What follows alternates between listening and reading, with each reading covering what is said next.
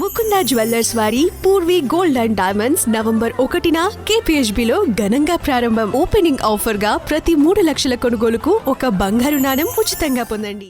ముగ్గురు కుమార్తెల్ని కోల్పోయిన ఎల్లయ్య ఇప్పుడు మనతో పాటు ఉన్నారు. తండ్రి ఒకసారి ఆవేదన మనం వర్ణించలేదని చెప్పొచ్చు, కానీ ఒకసారి మాట్లాడే ప్రయత్నం అయితే చేద్దాం. బాబాయ్ మిమ్మల్ని ఇబ్బంది పెట్టాలన్న ఉద్దేశం కాదు, కాకపోతే అసలు వర్ణించలేనిది మీ బాధ అనేది ఏం చెప్పాలనుకుంటున్నారు? ఏం చెప్పాలా మేడం, ఉన్న పిల్లలే బంగారం పోయారు మేడం.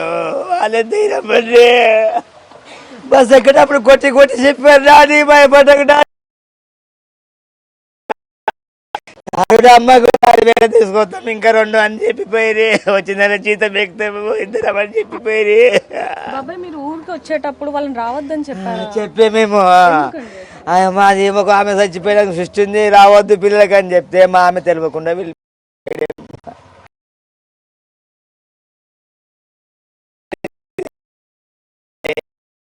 మీరు రావద్దమ్మా, హైదరాబాద్ ఉండండి, మీరు రావద్దు అని చెప్పాను.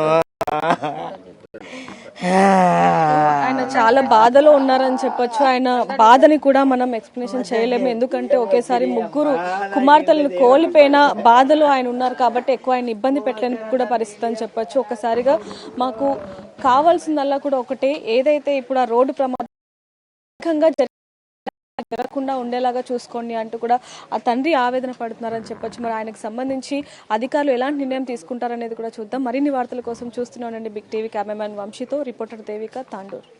ఈరోజు నిన్న ఏదైతే సంఘటన జరిగిందో చాలా బాధాకరమైన సంఘటన. మరి తాండూరు ప్రాంతం అందరూ కూడా ఈరోజు గోస చెందుతూ ఉన్నారు.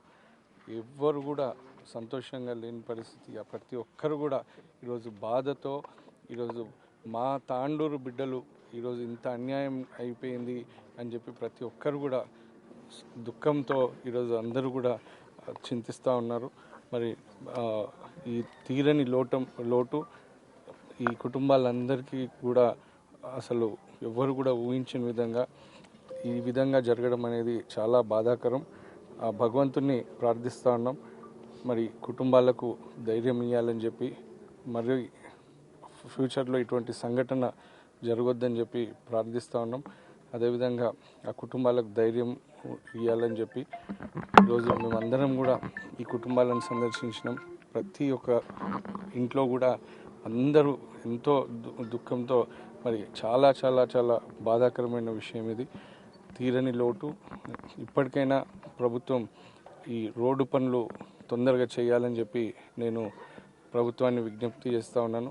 మరి రేవంత్ రెడ్డి తిరిగే రోడ్ అది, ఆయన కొడంగల్కి వెళ్ళాలన్నా కానీ ఇదే రోడ్ మార్గంలో మన గౌరవ ముఖ్యమంత్రి గారు కూడా ఇదే రోడ్ మార్గం వాడుతూ ఉన్నారు.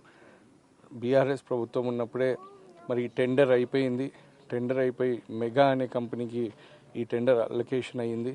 అలొకేషన్ అయినాక మరి స్వచ్ఛంద సంస్థలు కొన్ని ఎన్జిటికి అప్రోచ్ అవ్వడము, ఎన్జిటిలో కేసు ఫైల్ చేయడము, మరి ఆ కేసుని ప్రభుత్వం నిర్లక్ష్యం చేసి మరి సరిగ్గా ఫాలో అప్ చేయకుండా, ఆ ఫాలో అప్ చేయకపోవడం వల్లనే ఇంకా ఎన్జిటిలో కేసు పెండింగ్లో ఉంది.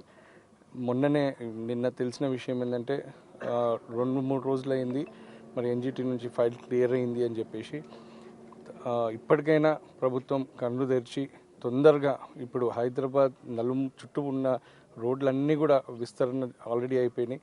మరి మా బీఆర్ఎస్ ప్రభుత్వం ఉన్నప్పుడు ఇప్పటికైనా మా చేవెళ్ళ రోడ్ ఏదైతే ఉందో ఈ రోడ్డుని వెంబటే మీరు పనులు ప్రారంభించాలి.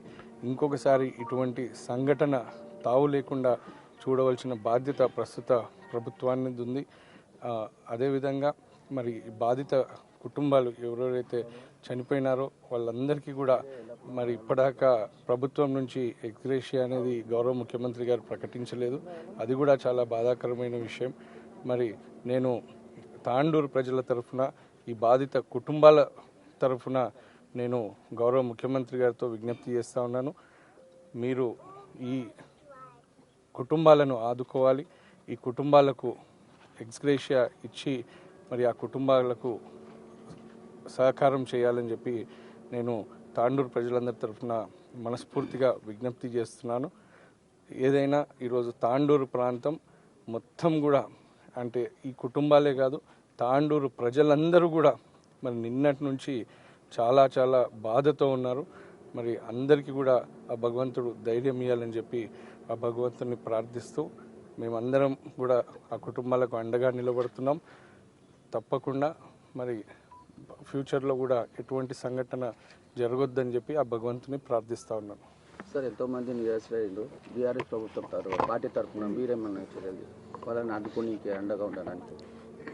నేను నా తరఫున నేను స్వయంగా నేను ఎంతో కొంత సాయం చేయడం జరిగింది ఈ కుటుంబాలన్నిటికీ.